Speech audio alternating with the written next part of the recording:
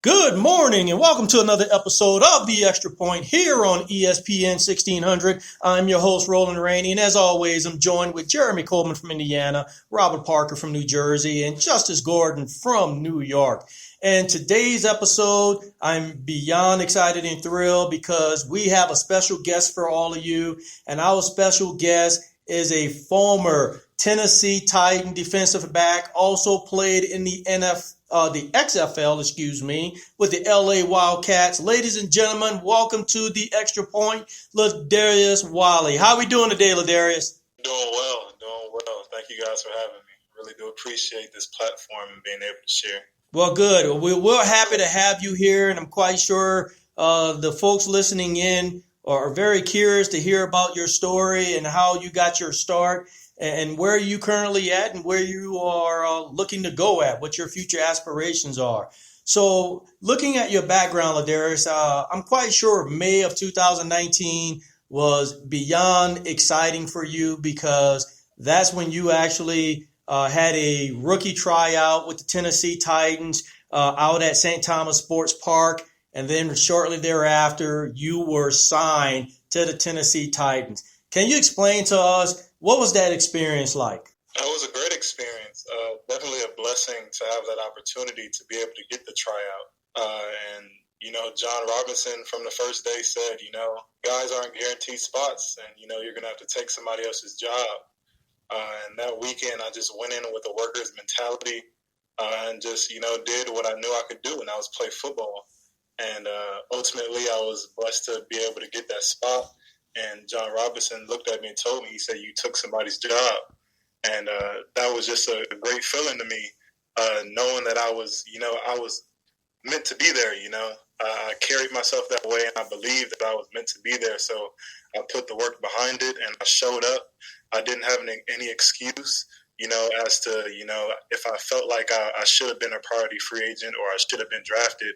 But, I took, that opportunity and made the most of it, and definitely had the opportunity to be with the Titans throughout training camp. When you were going through training camp, and of course the Tennessee Titans are doing absolutely great right now, well, what was it like as a defensive back to be going up against someone like a Henry, knowing that this guy is a beast and he's, trucking his way towards your direction? What was that experience like? Well, trust me, I can tell you, I knew all this before anybody else did. With that camp, being with that team, being with that defense, and then going against that offense, I was able to experience that AFC Championship team and sort of see the work that was put in, the groundwork that was put in during camp to be able to see the results. So I already knew what was going to happen. I knew what type of team it was. I knew that it was a blue-collar team, and I knew that they were going to run the ball and win late in the game. And, just for the world to see it, was amazing because, I feel like I was a part of that team, being a part of training camp. But the leadership, the wisdom gained from that team is unmatched with the defensive backs that I was able to sort of train under with Kevin Byard and Kenny Vaccaro. Then to have coaches like Scott Booker and Kerry Combs, and then Coach Vrabel, very intelligent football minds. Now, you speaking of those, defensive backs in the secondary, and Kenny Vaccaro and Kevin Beard, I'm going to go ahead and put this out. I'm an SEC homer. So could you tell the audience how, the SEC style of play helped you transition to the NFL? Like, it's a narrative out there saying, the SEC is a developmental league for the NFL. So can you explain to our audience of how grueling the SEC is and how that helped you prepare for the NFL? But it truly is the best of the best. Every week in and week out, there is no down period, especially me playing at Vanderbilt. We were playing the Bamas, the Floridas, the Georgias, the Kentuckys, the Tennessee, the Auburns, the LSUs, those teams, week after week, and you're going up against high caliber players. So you look at the league now, you look at the top rookie receivers and sophomore receivers. I was playing against, DK Metcalf year after year at Ole Miss. I was playing against A.J. Brown year after year at Ole Miss. I was playing against, Joe Burrow was a younger guy, didn't play at LSU, but, you play against those guys later on. Then, you got a Derrick Henry coming out of Alabama. You got to play against him. When I was there, it was Bo Scarborough, it was a young Najee Harris, and then with a Tua and a Jalen Hurts playing at Alabama, with also Jerry Jeudy, Henry Ruggs, and players of that caliber. So, week after week, you're playing against high-caliber guys, big-name guys in the league right now. And I think it generally translates to the league because you see the guys now from the SEC are producing in the league. And I had the opportunity to face those guys every week. So I think that the SEC sort of has a leg up, I would say, from any other conference of preparing you for the NFL, whether on the field or off the field, being a professional in the way we carry ourselves and, practice in the film room and then ultimately game day. All right, so we've established that you've played for Vanderbilt now. Coming from my recruiting background, I'm always fascinated to hear how you chose Vanderbilt and how you got recruited. So if you could just tell the audience, how you played in high school, who you were recruited by, and why you ended up choosing to play for Vanderbilt. Yes, sir. Well, in high school, I was actually an offensive guy. I didn't actually play defense until my senior year. I was a receiver, and I was supposed to go to the Pac-12 to play receiver. And, just looking forward and my career-wise, I wanted to have longevity in my career, so I wanted to go the defensive way. And actually, Coach Mason was at Stanford at the time. I was playing around, played corner at a 7-on-7 at Loyola. He came and saw me, and, I was playing pretty good. So he came to my school. They watched my film that year, the previous year, and then they decided to offer me at Stanford. And then Mason ends up going to Vanderbilt. And, everything with Stanford didn't sort of translate once he left. So now it was sort of the best out-of-state option. So it went from Northwestern, Vanderbilt, Virginia, Duke, and schools of that caliber. So I was always a smart guy, had a 3.9 in high school. So I always wanted to go to a school that would sort of be on par with my education. So Vanderbilt had the chance to play in the SEC, had the chance to, go to an academic school, which I ended up getting 2 degrees from, and then just to be able to play the best and put me in the best position to be able to go to the NFL, and then a 40-year career after. Because they have the saying at Vanderbilt to think 40, not 4 years. And I think that definitely helped me out. That's a nice saying. So as a there. quick follow-up to that, how did you feel about Coach Mason just recently getting let go at Vanderbilt? Well, that's my guy, Mason, giving me the opportunity to be able to go to the university, travel the world, get 2 degrees from there. I was dealing with the passing of my father in 2018 while I was at Vanderbilt and ended up playing days after for Coach Mason because he was that kind of guy that I would go to battle with week in and week out. So I can only, speak to his class, to him being a genuine guy, to him offering godly wisdom, and just him being an overall, leader of men. One thing that really sticks out, to me from your game is your tackling ability, in open space, in the box and everything like that. And, I've seen you play, single high, coming down and laying a hit to a receiver over the middle. I've seen you, play that hybrid linebacker type around the line of scrimmage. I'm just wondering, for the people out there, is there a specific spot you prefer, whether it's the single high or the hybrid, or the cornerback position, the slot position? Is there a real position you prefer to play? Sort of hang my hat on being a versatile player, but in my versatility being a true safety. What I mean by that is I can play strong, free. I can play dime. I can play will. I can play money backer. I actually started at Vanderbilt at corner and nickel. But what I mean by playing with a true safety mentality is I've always played with the mentality of communicating, being the quarterback on the defense, getting guys lined up, being able to recognize what the offense is doing and putting my guys in position to make plays, and then knowing the holes of my defense and what the offense is trying to attack us. So that's sort of the mentality I play with, but I can play any position on the defense. I ended up playing outside linebacker as well in the XFL, so I sort of pride myself in, being ready and, playing at whatever position, a defensive coordinator wants me to play. Just like Justice said, your physicality in your game, is at an all-time high. I watch a lot of SEC football, and I saw you got a targeting call. You got ejected one game.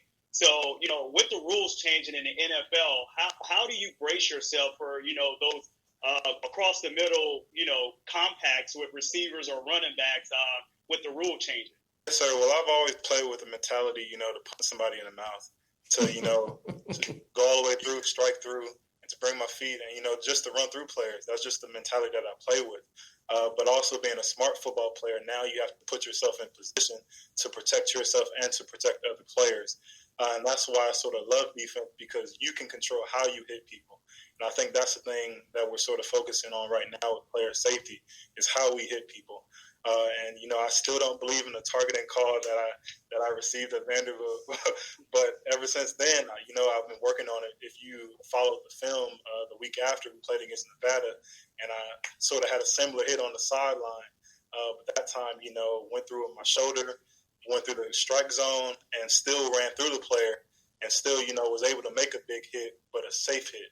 So I think that's one of the things that the league is sort of focusing on, and protecting defensive and offensive players. And I know some defensive guys don't like it because, it sort of takes away from, them and their mentality with hitting people, because you sort of have to second guess yourself in the way you want to hit people. But I enjoy it. You're still able to make an impact. You're still able to be a physical player. You just have to know where to strike and when to strike. Ladies and gentlemen, you're listening to The Extra Point here on ESPN 1600. And today we are joined with Ladarius Wiley. And now I have to ask the question. You also played in the XFL with the LA Wildcats. What was that experience like? It was an experience. It was definitely an experience.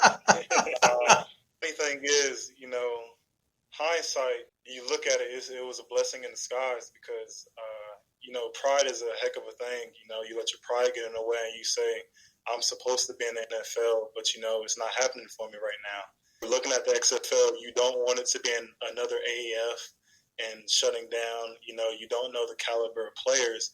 And this is sort of the thinking that I had. Unknowingly, it would be the blessing that I needed to get film, to meet a great coaching staff, to meet a family of players that were sort of going through the same struggle that I was going. We were all learning together. It was the first year of the league, so everybody's learning while we're on the go. So rules are changing, and you're in camp, and, a rule might change that day, and you have to sort of adjust. And I think that sort of helped me as a professional, to always be on my toes and just to be ready for change and to be a professional through that, and to still, make an impact in the game. And overall, I definitely appreciate the XFL because, I did what I need to do. I got the film, I got an interception, I got a blocked punt. And, I got film on special teams that I wouldn't have had if I didn't do it. I got film on defense that I wouldn't have had if I didn't do it. And looking back, especially with the pandemic, if I didn't do it, I wouldn't have any film at all. The only last film that I would have had would have been from Vanderbilt or from the preseason. And I definitely appreciate the XFL for giving me the opportunity, and especially Winston Moss, who was head coach of the LA Wildcats, along with Otis Smith and Martin Bayless, who are the DB coach and the special teams coach. You've been a Tennessee Titan. You've played in the XFL as an LA Wildcat member. What's the next step? What are you looking at right now, especially being a free agent? What do you have your eyes on? The eyes have always been on the NFL, and I've prepared myself. I've stayed ready, stayed in playing shape. Not just shape to get there, but playing shape so that when I get there, I'm making an impact. I'm being able to run to the ball. I'm being able to, seek the ball and make turnovers. I'm able to, do the scout team, do the special teams, do things of that nature. And just getting myself mentally, to be able to jump back in and to learn a playbook and to watch film and to do things of that nature.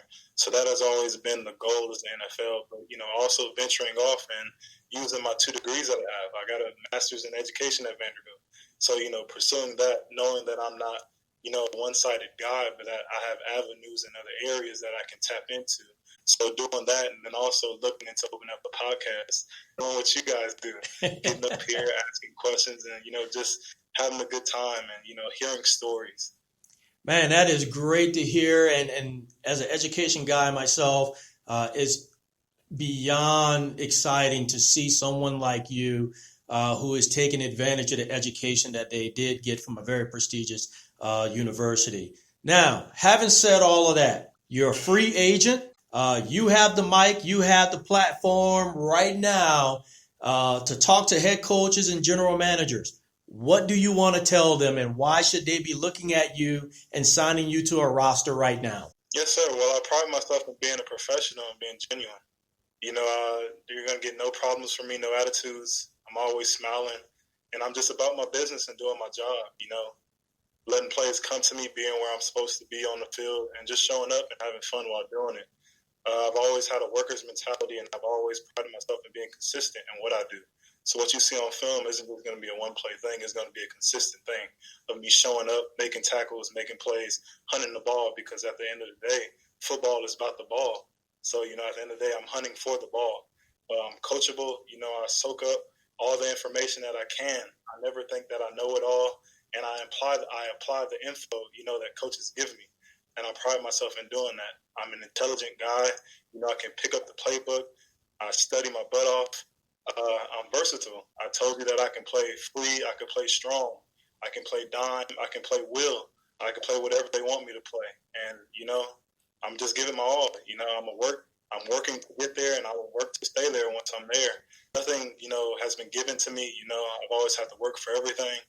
And I just appreciate any opportunity that comes from this. And they're going to get my all. Well, ladies and gentlemen, once again, we are joined today with Ladarius Wiley, former Tennessee Titan, also former XFL LA Wildcats player, who is a free agent looking to get back on that path in the NFL. And I tell you, Ladarius, we here at the Extra Point, we wish you the very best. You definitely have the right mind, level head about the business, and I love the defensive mentality. Want to punch guys in the mouth and always a ball hunter. So you can't expect anything else from a defensive player. Once again, thanks for joining us today, and we'll keep our eye out for you, and we wish you nothing but the best. Thank you guys for having me. I really do appreciate it. Ladies and gentlemen, that was Ladarius Wiley, former defensive back for the Tennessee Titans and the LA Wildcats. And I tell you, I think that young man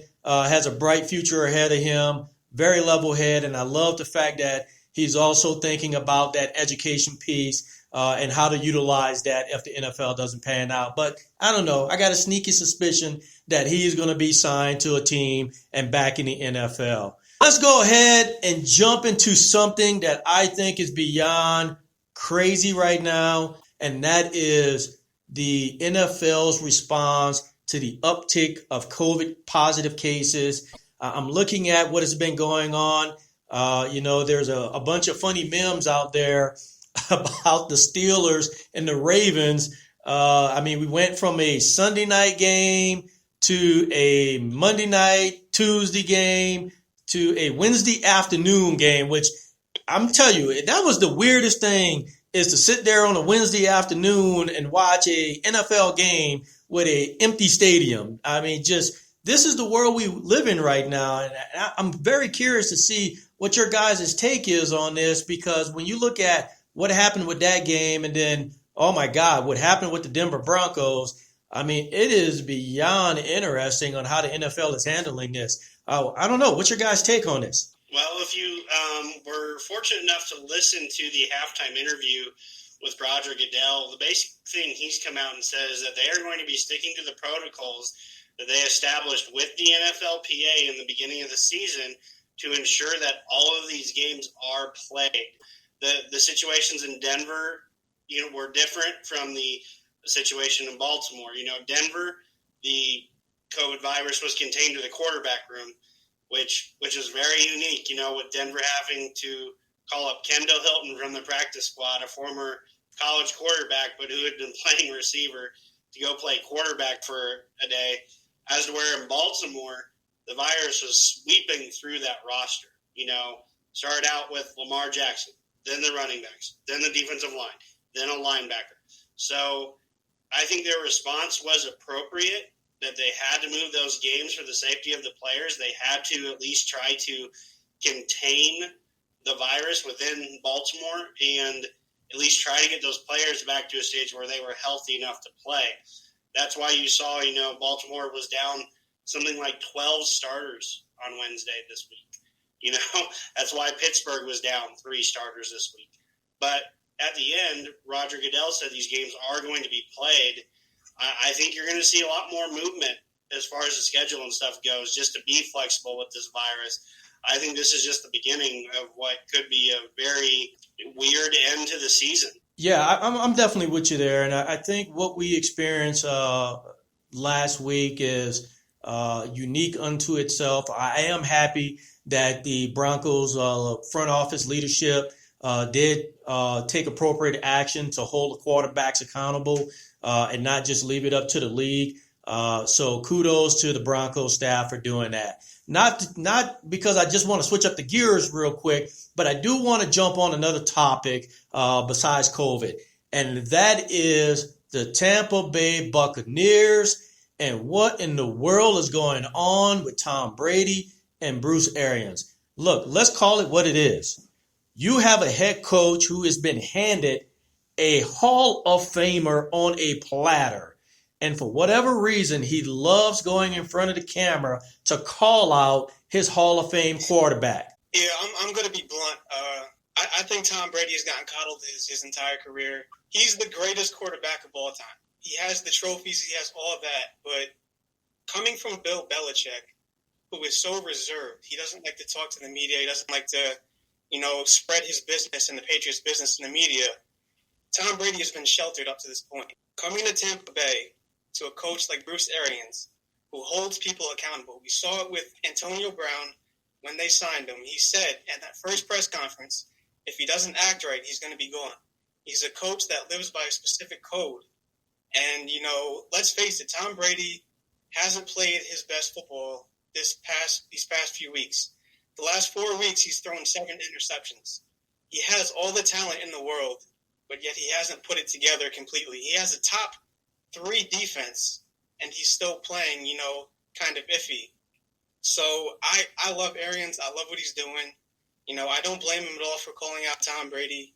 It's something that, people can, pick at, but, I love that type of coaching. You got to hold players accountable, and that's what successful teams do. Yeah, I'm right there with you, Justice. I definitely agree with your statement in regards to Tom Brady kind of being coddled. But once again, he is the GOAT. But I think this comes down to a different philosophies. You have Bruce Arians, who's a head coach who likes to throw the ball downfield. And, Tom Brady, he's more of a dink and dunk guy. He's really doesn't have that type of running back that the Patriots normally have in the James White or Rex Burkhead or, Sonny Michel, a scat back that can catch the ball out of the backfield. And one thing I can tell you about this Tampa Bay Buccaneers is that they don't run the ball enough. I tell you that. Ronald Jones is definitely one of the leader rushers in the NFL. Yes, but he for is. some reason, it seems like he goes missing, in games, and he's on the sideline. So it's just like, okay, you have Ronald Jones or Rojo on the sideline, and you have Leonard Fournette in the game, and you're throwing the ball down the field. So I just think it's a different philosophy. But Bruce Arians did come out and say that, Tom Brady is in control of the play call and moving forward. They're calling what Brady wants. And I think, that's going back to Peyton Manning when, Peyton Manning goes to the sideline and he actually kind of called the game from the huddle and from the line of scrimmage. So I think we're going to see a better, improved Tom Brady and the Tampa Bay Buccaneers moving forward. But once again, this is a COVID year. He hasn't had a lot of time to work out with the receivers. So they're actually working out the kinks during the season, and they're 7-5.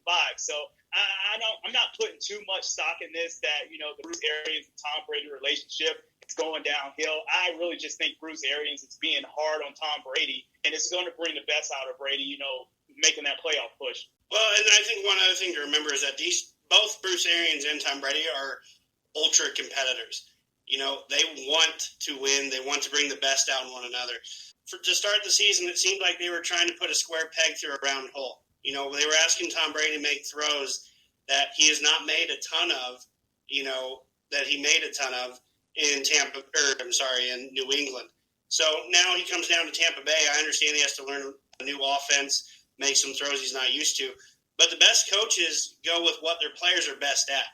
Brady is the best at dinking and dunking and controlling the passing game underneath. He's not a guy who usually pushes the ball vertically. So I do think they need to get more to that. And like you alluded to, that's where they're supposed to be going here. This is where, and I totally agree with all of your assessments. But to your point, Jeremy, too often when you get a player like Tom Brady handed to you, you try to take your playbook and morph it to the individual. I think this is a case where they need to take the talents of the individual and morph their playbook to that instead. And I think they can find some great success. Look, let's be honest here. Their running game, when it's on fire, it's on fire.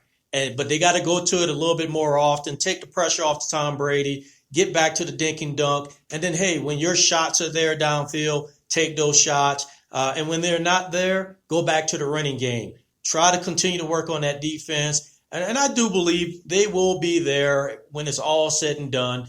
I think the moment that Tom Brady and Gronk went down to Tampa, you add that with Evans and then you sign AB. At that point, people just figured just go ahead and hand them the Lombardi trophy because of all the talent. It takes time to get the timing down. And of course, in this COVID environment, you didn't have that training camp where you can work on the timing. You don't have the practices weekly where you can work on that timing. A lot of the practices are through Zoom and going through charting playbooks and so forth. So I definitely see that being an issue. But I do believe when it's all said and done, they'll be there in the very end. Ladies and gentlemen, you have been listening to The Extra Point here on ESPN 1600. Have a great week.